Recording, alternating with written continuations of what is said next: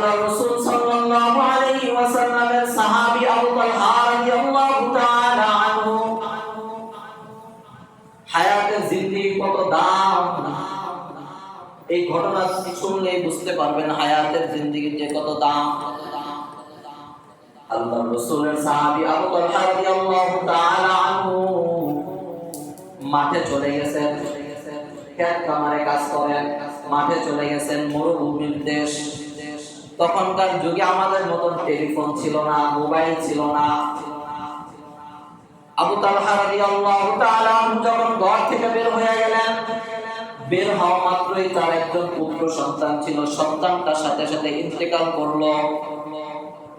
স্ত্রীও ঘর থেকে বের হইতে পারে না, কারণ শরীরে পর্দা লঙ্ঘন হয়ে যাবে, পর্দার বিধান রহিত হয়ে যাবে, নষ্ট হয়ে যাবে, মহিলাদের বের হওয়া নিষেধ। এই জন্য স্বামী চলে গেছে, স্বামীকে খবরও দিতে পারে নাই। সন্তান মারা গেছে, সন্তানকে সুন্দর করে চাদর দিয়া রাইখা দিয়েছেন। আবু তালহা রাদিয়াল্লাহু তাআলা যখন সন্ধ্যাবেলায় মাঠের কাজ শেষ করিয়া ঘরের ভিতরে দুয়ারের সামনে আইসা সালাম দিল, আসসালামু আলাইকুম ইয়া আহলাল বাইত, ও ঘরওয়ালারা আপনাদের উপরে শান্তি বর্ষণ হোক। সালাম দেওয়া মাত্রই সালামের আওয়াজ যখন স্ত্রীর কানের ভিতরে যেয়ে বসলো, স্ত্রীর সাথে সাথে দরজাটা খুলিয়া আবার রিপিট আরেকটা সালাম দিল, আসসালামু আলাইকুম ওয়া রাহমাতুল্লাহি ওয়া বারাকাতুহু। স্বামীকে সালাম দিয়া সুন্দর করে রিসিপশন করলো, বরণ করলো। বরণ করার পর স্বামীকে সুন্দর করে খাটের উপরে বসাইয়া স্বামীকে পানি দিল, বাহির থেকে আসতে পানি দিল। বাতাস করতেছে, ঠান্ডা করার জন্য শরীর ঘাইমা চুবুক্ত হয়ে গেছে। স্বামী যখন ঠান্ডা হয়ে গেল, স্বামীকে গোসল করার জন্য, ফ্রেশ হওয়ার জন্য পানি দিল। স্ত্রী যখন পানি দেওয়া শেষ করলো, স্বামীকে সুন্দর করে খাওয়াইলো। দেখেন এখনো সে বলে নাই যে তার একজন সন্তান মারা গেছে। আবু তালহা রাদিয়াল্লাহু তাআলা আনহু যখন ফ্রেশ হয়ে গেলেন, স্বামী স্ত্রী দুইজন কথা বলতেছিলেন। স্বামী স্ত্রী দুইজনের কথার পর এক পর্যায়ে যায় স্ত্রী কথার ছলে বলতেছিল, ও স্বামী, আপনার কাছে যদি কোনো ব্যক্তি একটা আমানত রাখে, এই আমানতটা যদি যখন তখন আয়েশা ওই ব্যক্তিটা নিয়ে নেয়, তাহলে কি আপনি নারাজ হবেন? স্বামী আবু তালহা রাদিয়াল্লাহু তাআলা আনহু বলতেছেন, না না না, আমি কেন নারাজ হব? কারণ আমানতটা তো ওই ব্যক্তি আমার থেকে যখন আসবে আমি তখনই তাকে আমানতটা দিয়ে দিব। এই কথা শোনার পর স্ত্রী এখন একটা সাহস পাইল। সাহস পেয়ে স্বামীকে বলতেছে, ও স্বামী শুনেন, তাহলে শুনেন, আপনার আমার একজন আল্লাহ তাআলা আপনাকে আমাকে একটা মাল দিয়েছিল, একটা সম্পদ দিয়েছিল, সন্তান নামক এক সম্পদ। এই সন্তান নামক সম্পদটা আজকে সকালবেলা আপনি যখন ঘর থেকে বের হয়ে মরুভূমির উদ্দেশ্যে রওনা হয়ে গেলেন, এই সন্তান নামক সম্পদটা আল্লাহ তাআলা আমাদের থেকে নিয়ে গেছেন। আল্লাহ তাআলা আমাদের থেকে নিয়ে আমাদেরকে ধৈর্য ধারণ করার জন্য একটা পরীক্ষা করলেন।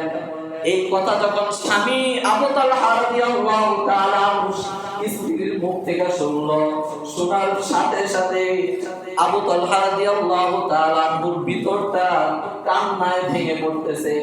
কিন্তু একজন মা হইয়া কিভাবে সন্তানের মৃত্যুর কথাটা এত সুন্দর হয়ে আমার কাছে উপস্থাপন করলো, আমি যদি একজন স্বামী হইয়া, আমি যদি একজন বাবা হইয়া এই সন্তানের মৃত্যুর শোকে শোকায়িত হইয়া যদি আমি চিৎকার করে কান্না করি, তাহলে আমার ঈমানটা দুর্বল হয়ে যায়, আর একজন স্ত্রী হিসাবে তার ঈমানটা সবল থেকে যায়। অতএব না না না, আমার কান্না করলে হবে না।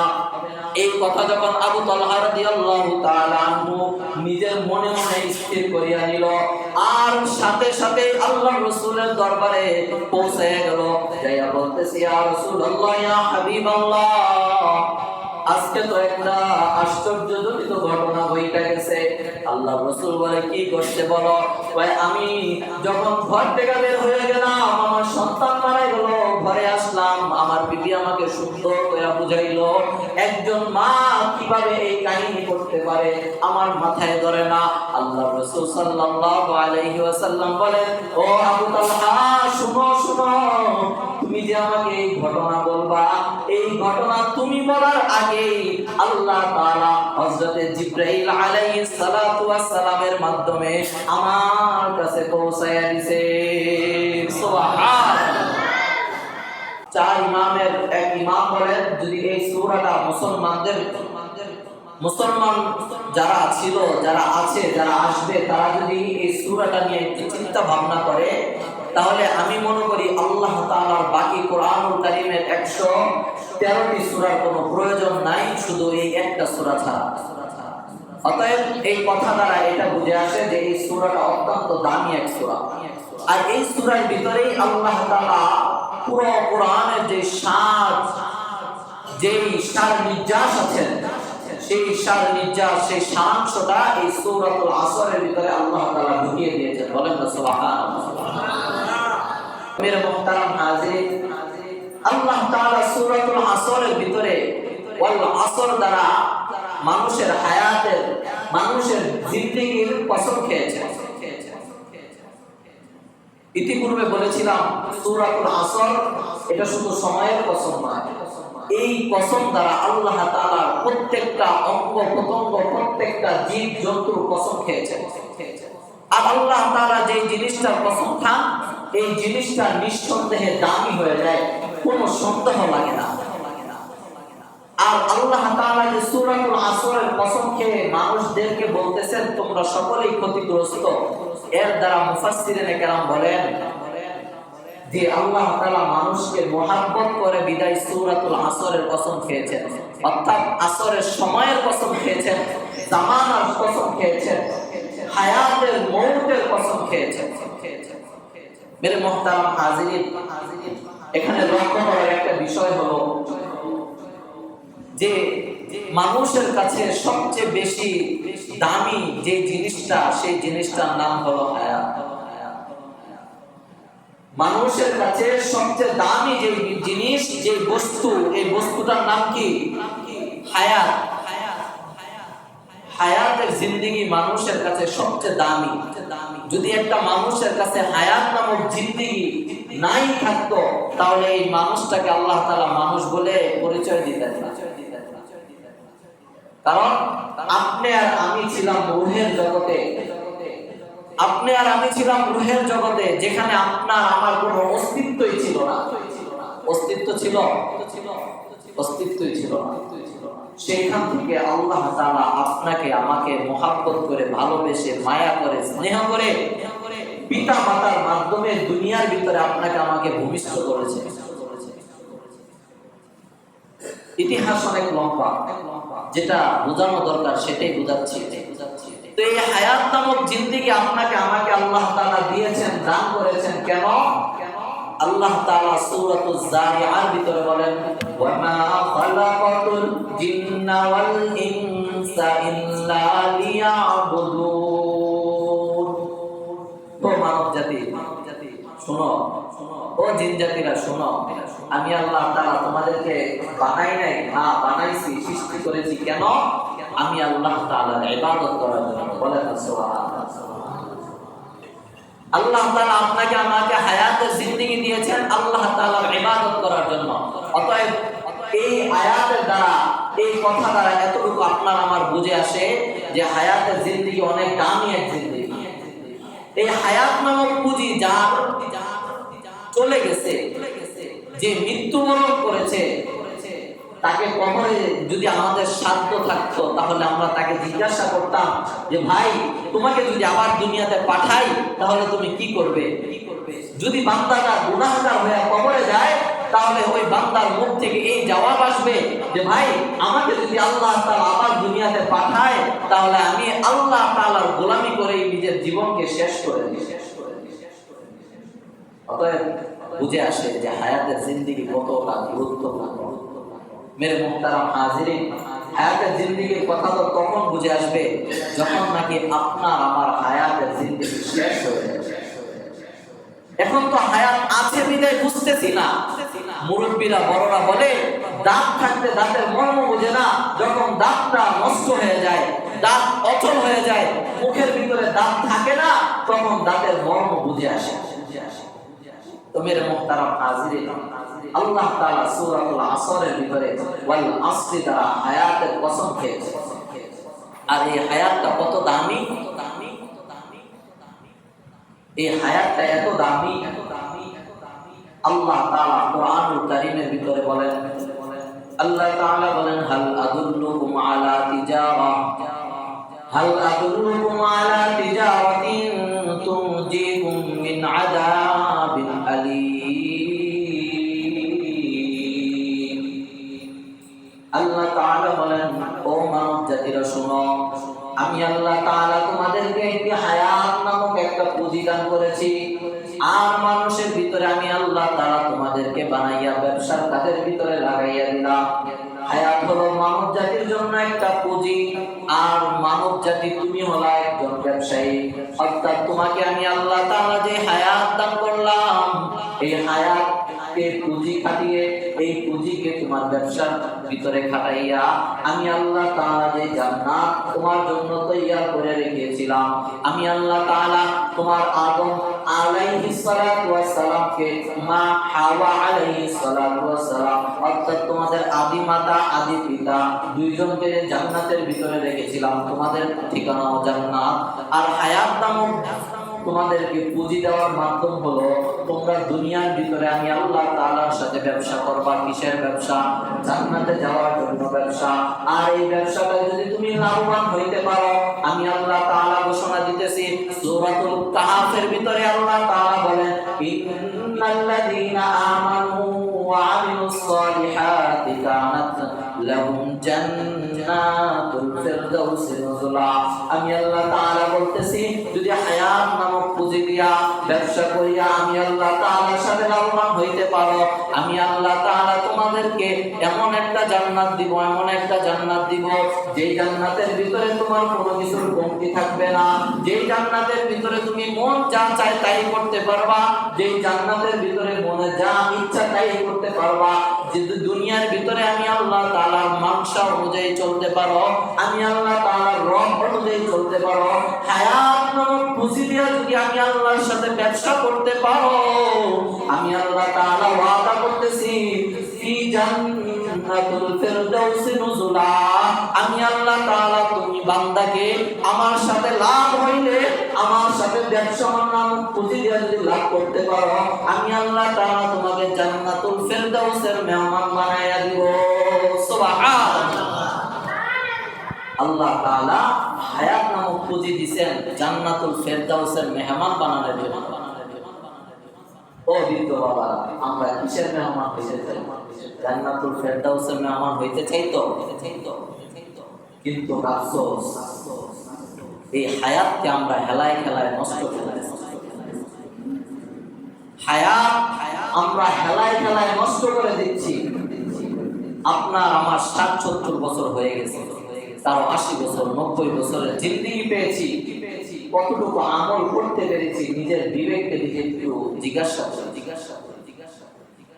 আপনি আর আমি 25 বছরের যুবক হয়েছি, কতটুকু আমল করতে পেরেছি নিজের বিবেককে একটু নিজে প্রশ্ন করি। যদি কোনো বান্দা 3টা প্রশ্ন উত্তর সঠিক রাখতে পারে, ওই বান্দার আর কোনো টেনশন। মান রব্বুকা মান দীনুকা মান নাবিয়্যুক, তোমার রব কে? এই প্রশ্নের উত্তর আমরা সবাই জানি, আমার রব আল্লাহ। আমাদের সবার রব কে? আল্লাহ। সহজভাবে বলে দিলাম, কিন্তু না দোস্ত, কবরে যখন চলে যাব তখন আর এই সহজ উত্তরটা মুখ দিয়ে আসবে না, যদি আপনি আর আমি রবের মানসা অনুযায়ী রব চাই জিন্দেগি জীবন যাপন না করতে পারি। দুনিয়াতে রব যেভাবে চায় সেইভাবে জীবন কাটাতে হবে। যদি আপনার আমি রব যেভাবে চাই সেইভাবে জীবন কাটাইতে পারি, তাহলে মুখ থেকে অটোমেটিক বের হয়ে যাবে রব্বি আল্লাহ। ফেরেশতা যখন আপনাকে আমাকে প্রশ্ন করবে মান রব্বুকা, তখন আপনার আমার মুখ থেকে যদি রবের জিন্দেগি আপনার আমার ভিতরে এসে যায়, রবের মানসা অনুযায়ী আপনার আমার জীবনটা চলে দুনিয়ার জমিনের ভিতরে, যদি আপনি আর আমি রবের মানসা অনুযায়ী রবের চাওয়া অনুযায়ী জীবনকে চালাইতে পারি, তাহলে তখন অটোমেটিক আপনার আমার জবান থেকে বের হয়ে যাবে রব্বি আল্লাহ। ফেরেশতা যখন জিজ্ঞাসা করবে মান দীনুকা, তোমার দ্বীন কি, তখন আপনার আমার মুখ থেকে যদি আপনি আর আমি ইসলামের উপর নিজেকে কায়েম এবং দায়েম রাখতে পারি, আপনি আর আমি নিজেকে যদি ইসলাম যেভাবে বলে, শরিয়া যেভাবে বলে সেইভাবে চালাইতে পারি, তাহলে তখন আপনার আমার জবান থেকে বের হয়ে যাবে দীনিয়াল ইসলাম। ফেরেশতা যখন আপনাকে আমাকে প্রশ্ন করবে মান দীনুকা ওয়া মান নাবিয়্যু হাদার রাসূল, আপনি কি ব্যক্তিকে চিনেন, আপনি কি এই ব্যক্তিকে আপনার রাসূল কিনা? যখন আল্লাহ রাসূলের চেহারা দেখানো হবে, আল্লাহ রাসূলের কথা বলা হবে যে আপনার নবীকে, এই ব্যক্তিটাকে কি আপনি চিনেন কিনা, এই ব্যক্তিকে আপনাদের রাসূল ছিল কিনা? ও বৃদ্ধ বাবা, ও যুবক ভাই, দিলের কানটা লাগায় শ্রবণ করবেন। আপনি আর আমি যদি রাসূলের সুন্নাহ মোতাবেক নিজের জীবনকে চালাই, তাহলে কাল কবরের জগতের ভিতরে আপনার আমার মুখ দিয়ে, আপনার আমার জবান দিয়ে বের হয়ে আসবে যে হ্যাঁ ইনি আমার রাসূল। আপনার আমার মুখের ভিতরে যদি দাড়ি থাকে তাহলে বেশি আসবে হ্যাঁ উনি আমার রাসূল। আর আপনি আমি যদি রাসূলের সুন্নাহ মোতাবেক নিজের জীবনকে না চালাই, তাহলে তখন একটাই শব্দ, একটাই বাক্য মুখ থেকে উচ্চারণ হবে লা আদরি, লা আদরি, আমি কিছুই জানি না, আমি কিছুই জানি না। অতএব আমাদের একটু চিন্তা করার বিষয় এই যে আল্লাহ তাআলা 60-70 বছরের হায়াতের একটা জিন্দেগি দান করলেন, এই হায়াতের জিন্দেগিটা আমি কোন কাজে ব্যয় করতেছি, এর পুঙ্খানু প্রত্যেকটা সেকেন্ডের হিসাব আল্লাহ তাআলার কাঠগড়ায় আপনাকে আমাকে দিতে হবে। আপনি আর আমি যদি হায়াতের জিন্দেগিটাকে ভালো কাজে ব্যয় করি, আপনার আমার কপাল ভালো। আর যদি হায়াতের জিন্দেগিটা খারাপ কাজে ব্যয় করি, আপনার আমার কপাল খারাপ। আল্লাহ রাসূল সাল্লাল্লাহু আলাইহি ওয়াসাল্লামের সাহাবী আবু তালহা রাদিয়াল্লাহু তাআলা আনহু, হায়াতের জিন্দেগি কত দাম, এই ঘটনা শুনলেই বুঝতে পারবেন হায়াতের জিন্দেগির যে কত দাম। আল্লাহ রাসূলের সাহাবী আবু তালহা রাদিয়াল্লাহু তাআলা আনহু মাঠে চলে গেছেন, ক্ষেত খামারে কাজ করেন, মাঠে চলে গেছেন, মরুভূমির দেশ। তখনকার যুগে আমাদের মতন টেলিফোন ছিল না, মোবাইল ছিল না।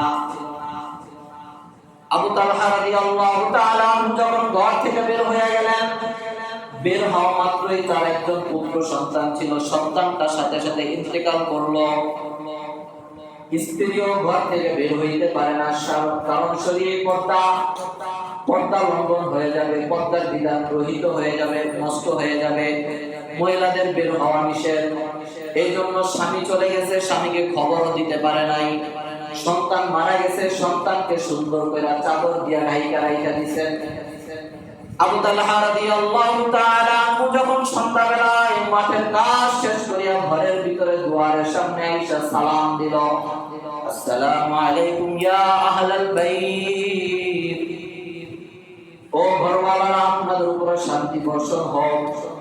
সালাম দেওয়া মাত্রই সালামের আওয়াজ যখন স্ত্রীর কানের ভিতরে যে পৌঁছলো, স্ত্রীর সাথে সাথে দরজাটার ঢুক খুলিয়া আবার রিপিট আরেকটা সালাম দিল, আসসালামু আলাইকুম ওয়া রাহমাতুল্লাহি ওয়া বারাকাতুহু।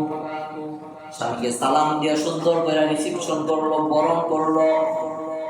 বরণ করার পর স্বামীকে সুন্দর করে খাটের উপরে বসাইয়া স্বামীকে পানি দিল, বাহির থেকে আসতে পানি দিল। বাতাস করতেছে, ঠান্ডা করার জন্য শরীর ঘাইমা চুবুক্ত হয়ে গেছে। স্বামী যখন ঠান্ডা হয়ে গেল, স্বামীকে গোসল করার জন্য, ফ্রেশ হওয়ার জন্য পানি দিল। স্ত্রী যখন পানি দেওয়া শেষ করলো, স্বামীকে সুন্দর করে খাওয়াইলো। দেখেন এখনো সে বলে নাই যে তার একজন সন্তান মারা গেছে। আবু তালহা রাদিয়াল্লাহু তাআলা আনহু যখন ফ্রেশ হয়ে গেলেন, স্বামী স্ত্রী দুইজন কথা বলতেছিলেন।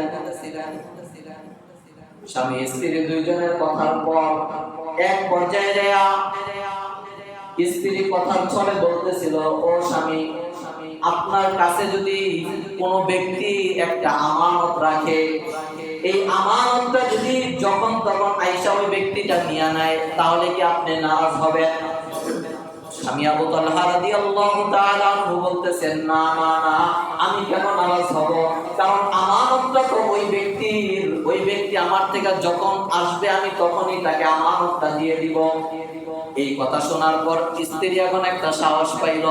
সাহস পেয়ে স্বামীকে বলতেছে, ও স্বামী শুনেন, তাহলে শুনেন, আপনার আমার একজন আল্লাহ তাআলা আপনাকে আমাকে একটা মাল দিয়েছিল, একটা সম্পদ দিয়েছিল, সন্তান নামক এক সম্পদ। এই সন্তান নামক সম্পদটা আজকে সকালবেলা আপনি যখন ঘর থেকে বের হয়ে মরুভূমির উদ্দেশ্যে রওনা হয়ে গেলেন, এই সন্তান নামক সম্পদটা আল্লাহ তাআলা আমাদের থেকে নিয়ে গেছেন। আল্লাহ তাআলা আমাদের থেকে নিয়ে আমাদেরকে ধৈর্য ধারণ করার জন্য একটা পরীক্ষা করলেন। এই কথা যখন স্বামী আবু তালহা রাদিয়াল্লাহু তাআলা স্ত্রীর মুখ থেকে শুনলো, শোনার সাথে সাথে আবু তালহা রাদিয়াল্লাহু তাআলার ভিতরটা কান্নায় ভেঙে পড়তেছে। কিন্তু একজন মা হইয়া কিভাবে সন্তানের মৃত্যুর কথাটা এত সুন্দর করে আমার কাছে উপস্থাপন করলো, আমি যদি একজন স্বামী হইয়া, আমি যদি একজন বাবা হইয়া এই সন্তানের মৃত্যুর শোকে শোকায়িত হইয়া যদি আমি চিৎকার করে কান্না করি, তাহলে আমার ঈমানটা দুর্বল হয়ে যায়, আর একজন স্ত্রী হিসাবে তার ঈমানটা সবল থেকে যায়। অতএব না না না, আমার কান্না করলে হবে না। এই কথা যখন আবু তালহা রাদিয়াল্লাহু তাআলা আনহু নিজের মনে মনে স্থির করিয়া নিল, আর সাথে সাথে আল্লাহর রাসূলের দরবারে পৌঁছে গেল।